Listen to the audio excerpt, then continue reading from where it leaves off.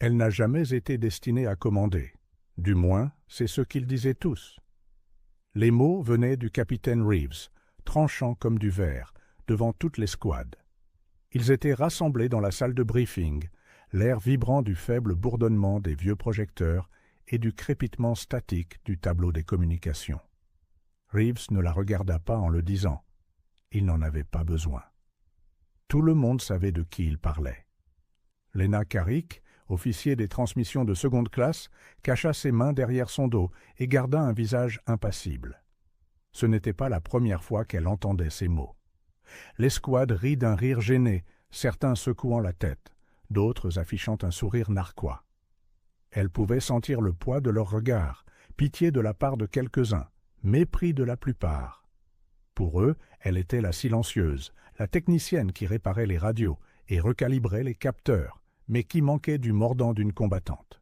Ils respectaient le courage, pas la patience, l'action, pas la réflexion. Et Reeves, qui se targuait de forger des guerriers à partir de recrues brutes, avait toujours fait d'elle son exemple d'échec.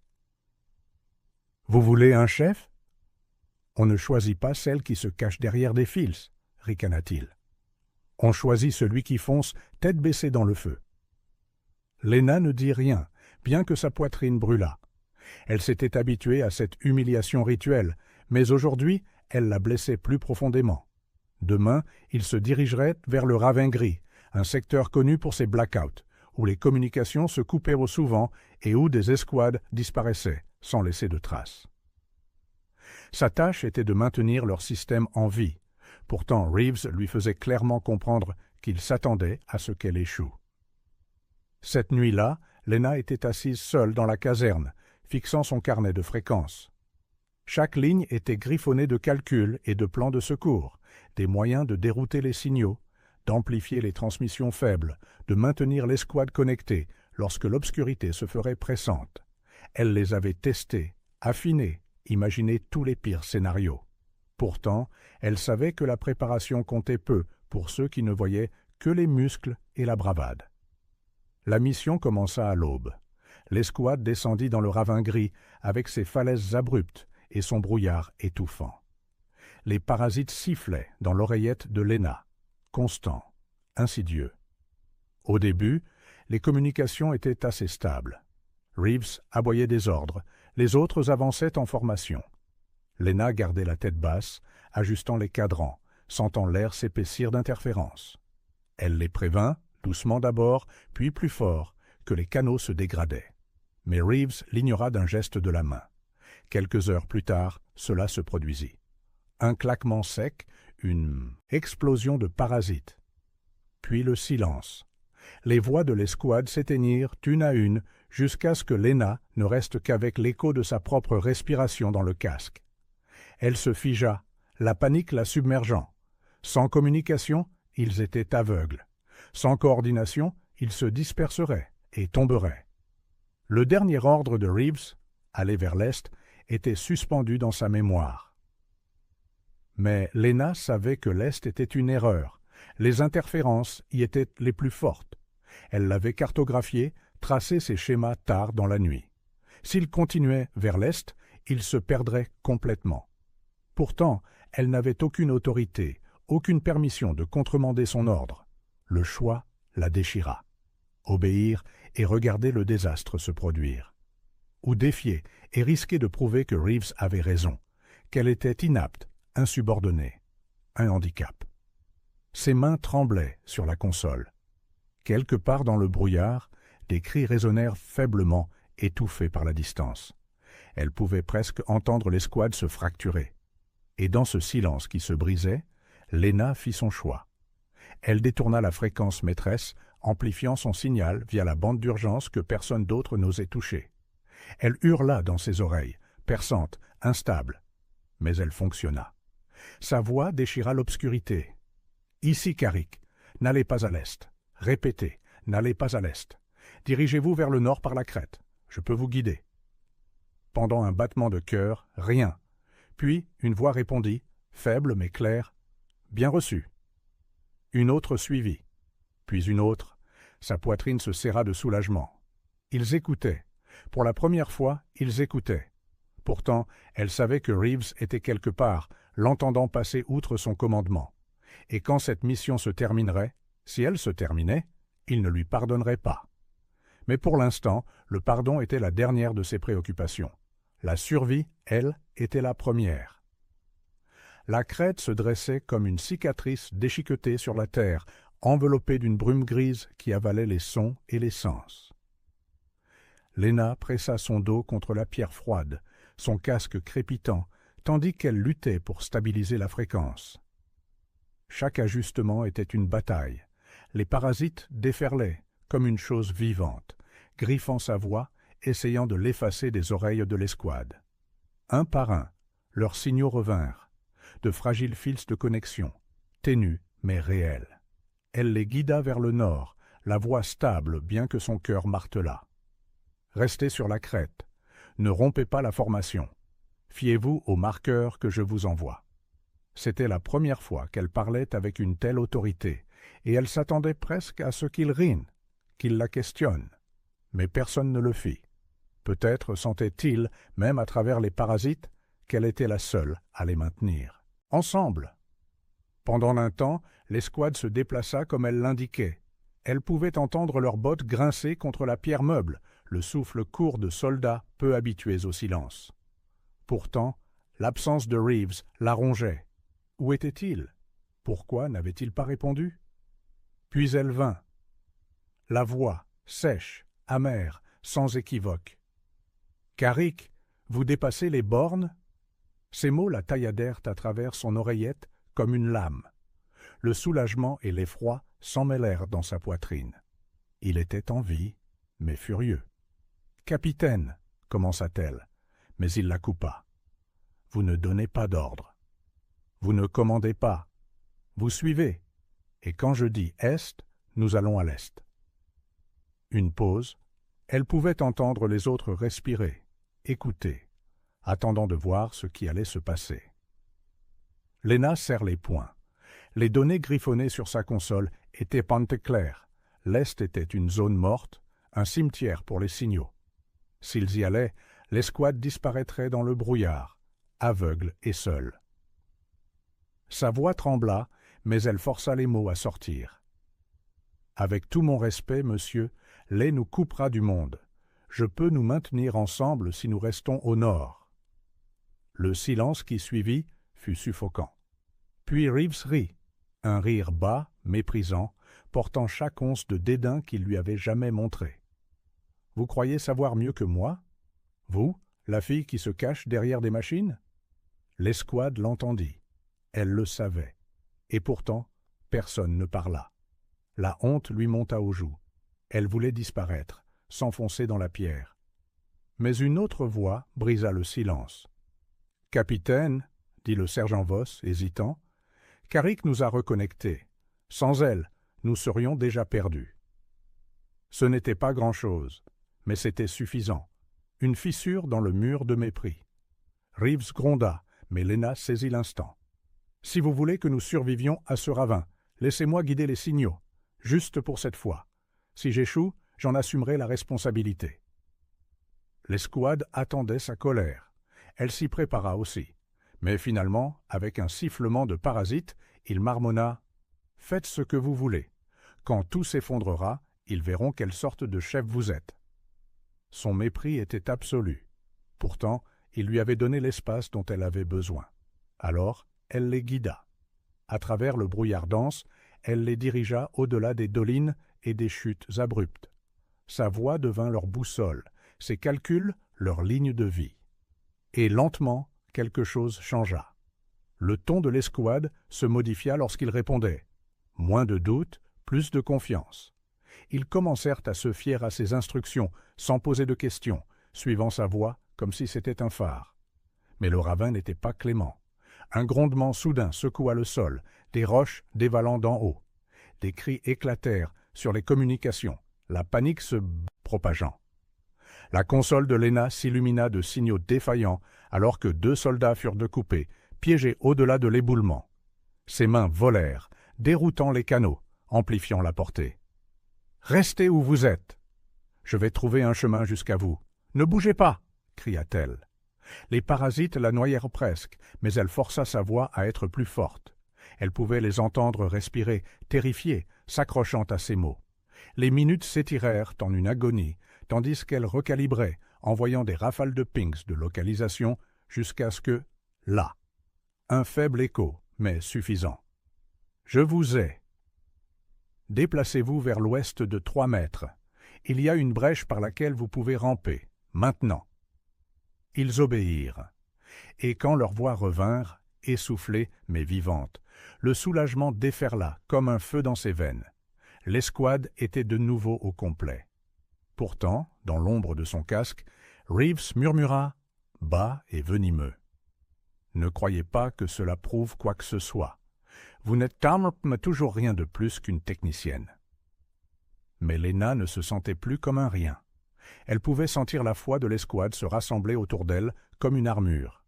Et pour la première fois, elle crut qu'elle pourrait être plus que ce qu'ils disaient d'elle.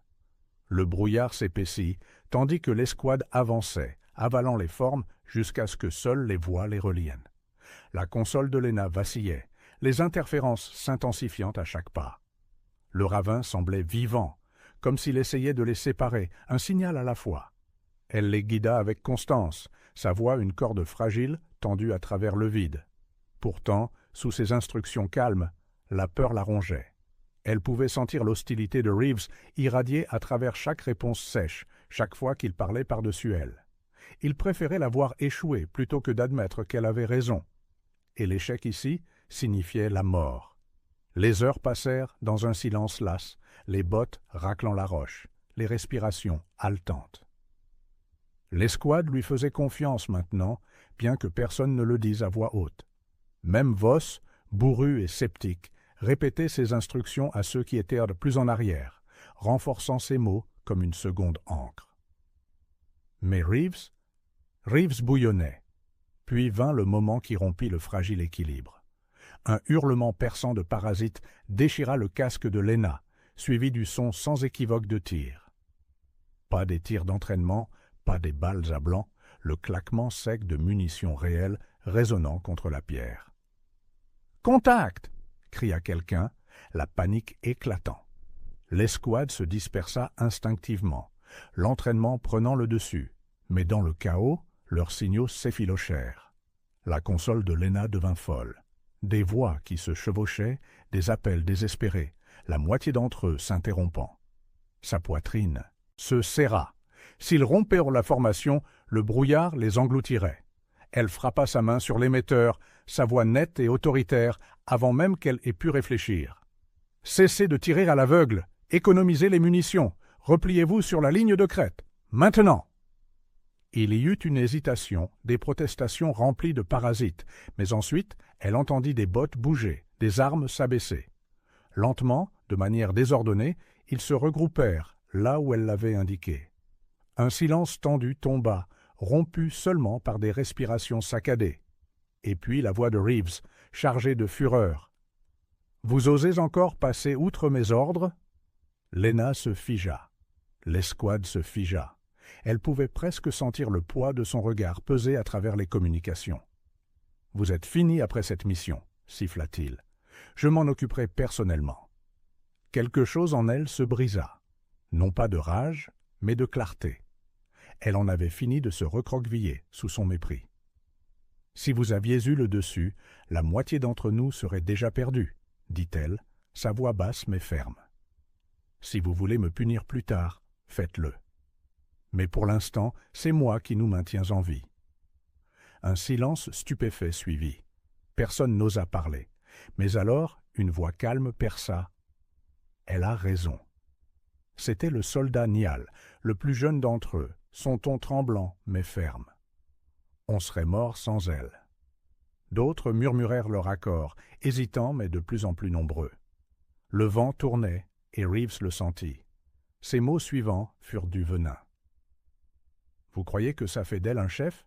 Elle s'effondrera au moment où le vrai combat commencera. » Comme invoqué par son mépris, le ravin répondit par un grognement sourd et roulant.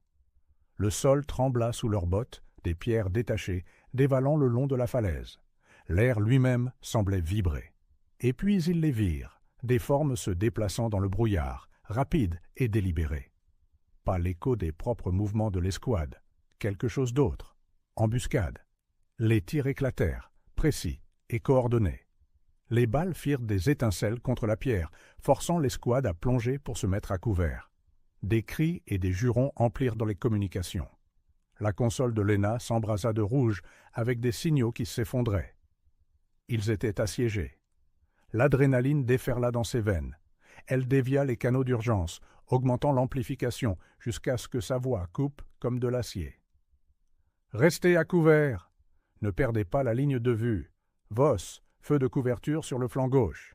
Nial, avec lui. Tarot, prenez le point élevé.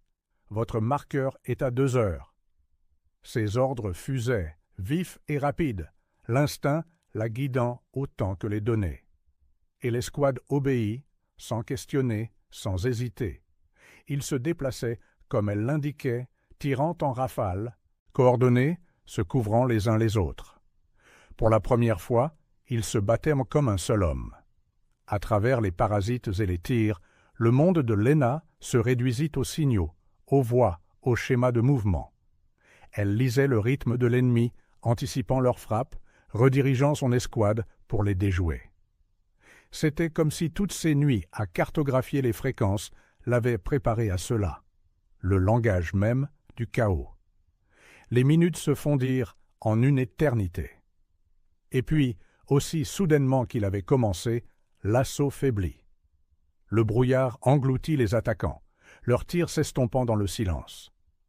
L'escouade resta accroupie, haletante, les armes prêtes, mais aucune seconde vague ne vint. « Statue !» exigea Lena, la voix rauque. Un par un, les voix répondirent.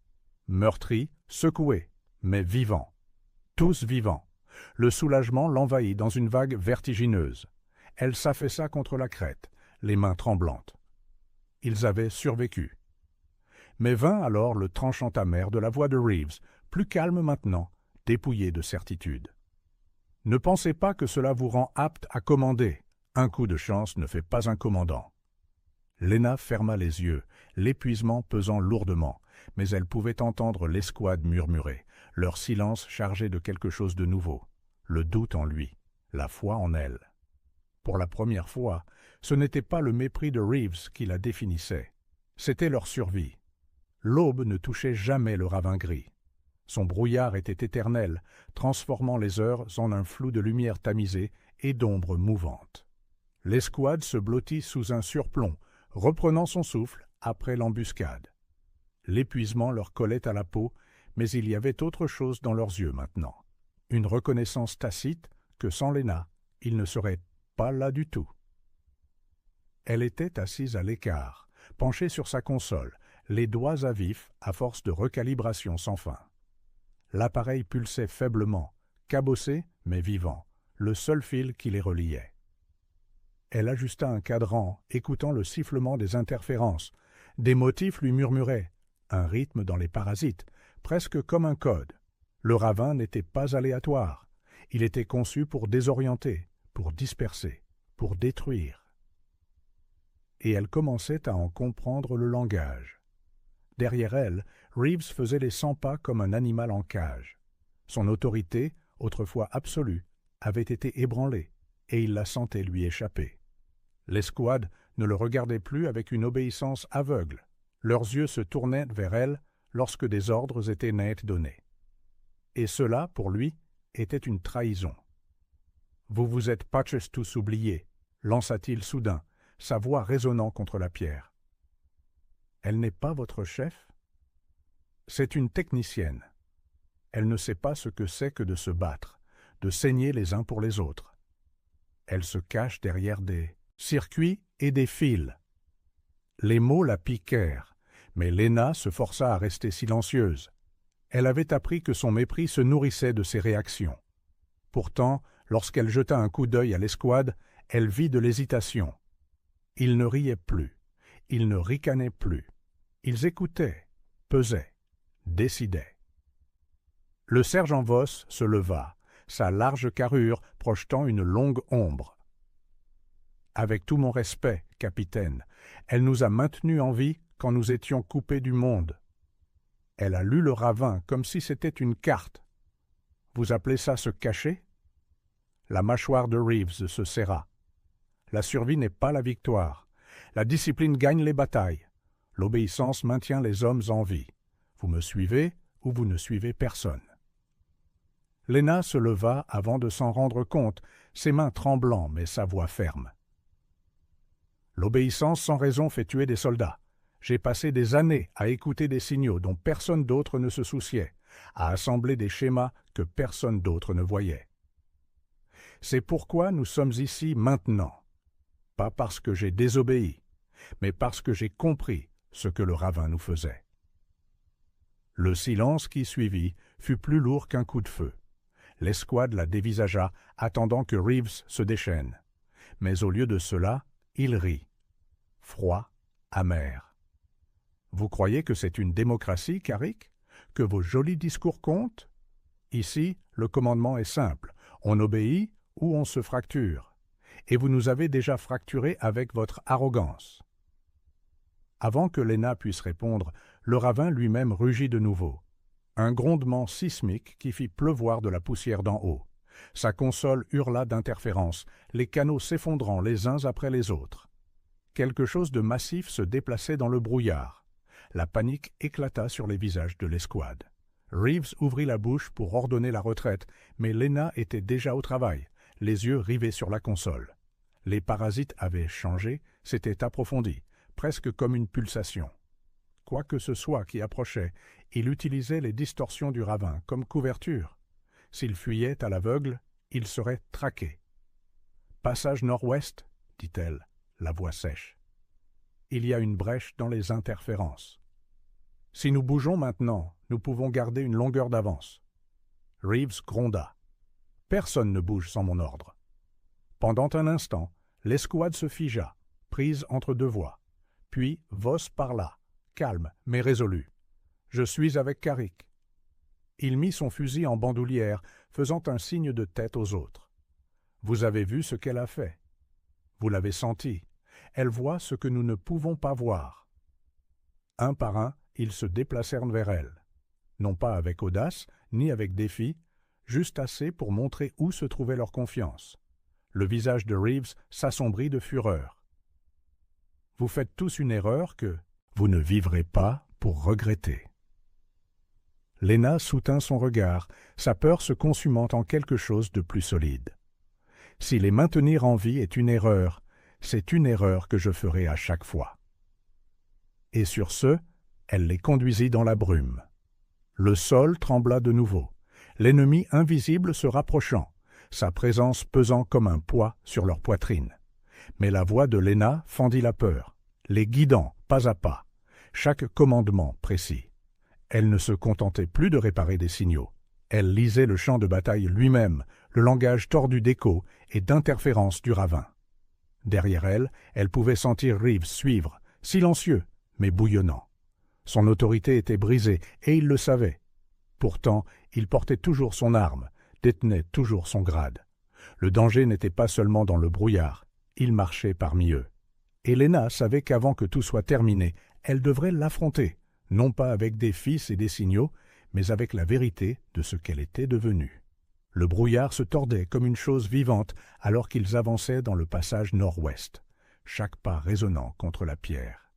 La console de Lena vacillait sauvagement, les interférences montant en hurlements et en pulsations qui lui faisaient claquer des dents. Quelque chose de vaste se déplaçait derrière eux, son ombre s'étirant à travers la brume, trop massive pour être vue, trop proche pour être ignorée. « Gardez une formation serrée !» aboya-t-elle, la voix rauque mais inflexible. « Ne vous arrêtez pour rien. » L'escouade obéit sans hésitation, leur confiance étant désormais totale. Même Niall, tremblant à l'arrière, gardait les yeux droits devant, guidé par ses paroles.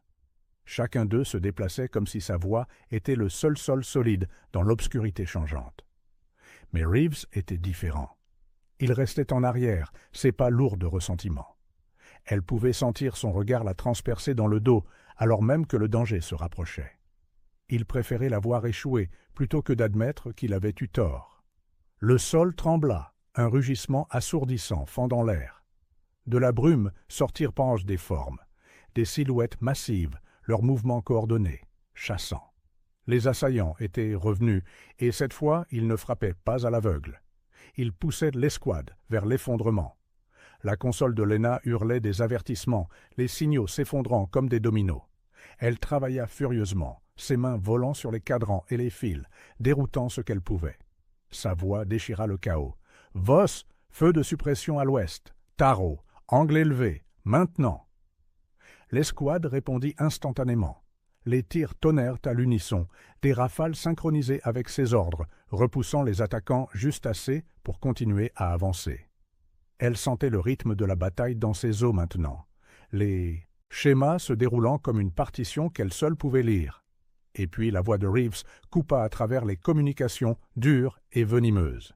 « Repli vers l'est, c'est un ordre. » Les mots figèrent l'escouade. Les balles sifflèrent, la pierre vola en éclats, des cris résonnèrent. Mais malgré tout, une hésitation se propagea. L'autorité était profondément ancrée en eux. Désobéir à un capitaine, c'était inviter la ruine. Le cœur de Lena battait la chamade. S'ils allaient à l'est, les interférences les consumeraient. Ils seraient aveugles, dispersés, massacrés. Elle avait quelques secondes pour décider, et seulement sa voix pour les sauver. « Non !» cria-t-elle, plus fort qu'elle ne l'aurait cru possible. « Si vous allez à l'est, vous mourrez. Faites-moi confiance. Faites confiance à ce que vous avez vu. Restez avec moi, et nous vivrons. » Le brouillard sembla retenir son souffle. Reeves jura, crachant du venin, mais l'escouade ne se déplaça pas vers lui. Un par un, ils tournèrent leurs armes là où elle l'indiquait, leurs bottes suivant son chemin. Reeves rugit de fureur, s'avançant comme pour les ramener de force. Mais avant qu'il ne puisse agir, Voss s'interposa, son fusil stable. « Halte, capitaine, nous n'allons pas vous suivre vers la mort. » Pendant un instant, le temps se fractura. La fierté de Reeves, son autorité, son contrôle, tout vacilla. Son arme se leva, une menace désespérée. Et puis, avec un son semblable à une montagne qui se brise, le ravin lui-même rugit de nouveau. L'ennemi surgit du brouillard et le choix lui fut dérobé. L'escouade tira comme un seul homme, les ordres de Lena les guidant dans un rythme qui fendait le chaos. Ils se déplaçaient comme une machine vivante, se couvrant, avançant, frappant avec précision. Les assaillants faiblirent, submergés non pas par la puissance de feu, mais par l'unité, la chose même que le ravin était conçu pour briser. Et au cœur de tout cela se trouvait Lena, sa console étincelant, sa voix inflexible, sa peur consumée en résolution. Elle n'était plus la fille cachée derrière des fils. Elle était le signal qui les unissait, l'encre dans l'obscurité. Lorsque les derniers échos de la bataille s'estompèrent, le silence devint pesant. L'escouade se tenait là, meurtrie mais vivante, leur respiration saccadée, leurs yeux tournés non pas vers Reeves, mais vers elle. Reeves abaissa lentement son arme, son visage un masque d'incrédulité. L'autorité lui avait échappé, brisée au-delà de toute réparation. « Ce n'est pas comme ça que ça marche, » murmura-t-il, presque pour lui-même. « Vous n'avez pas le droit de prendre le commandement. Vous n'avez pas le droit de... » Mais l'escouade n'écoutait pas. Voss parla à la place, la voix ferme, portant le poids de leur survie. « Carrick nous a maintenus en vie. Elle nous a guidés quand personne d'autre ne le pouvait. C'est la seule chose qui compte. » Lena sentit les mots s'enfoncer profondément, plus lourds que n'importe quelle médaille, plus brillants que n'importe quel grade. Elle n'avait pas demandé cela, ne l'avait pas cherché, mais elle l'avait mérité. Non par arrogance, non par défi, mais par le refus simple et inébranlable de les laisser mourir. Pendant un long moment, elle resta dans le silence, la console bourdonnant faiblement à ses côtés, le brouillard s'enroulant et se retirant comme si le ravin lui-même reconnaissait ce qui avait changé. Quand ils émergèrent enfin à la lumière du jour, l'escouade marchait derrière elle, pas derrière Reeves. Leurs têtes étaient hautes, leurs pas assurés. Ils avaient été testés, brisés, reforgés, et elle avait été le feu qui les avait unis. Elle avait été sous-estimée, méprisée, rejetée. Mais à la fin, lorsque les communications de l'escouade s'étaient tues, c'est sa seule voix qui avait renversé le cours de la bataille. et il ne l'oublierait jamais.